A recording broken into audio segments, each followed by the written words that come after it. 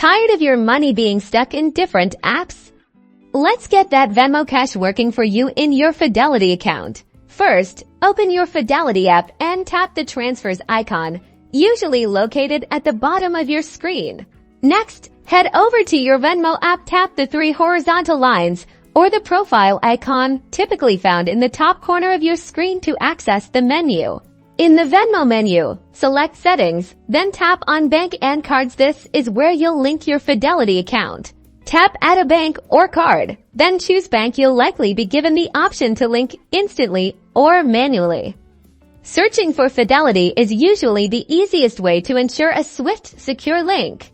If you verify manually, Venmo will send to small trial deposits to your Fidelity account, which may take 13 business days to appear. Once you see the deposits, enter the amounts in the Venmo app to confirm your account.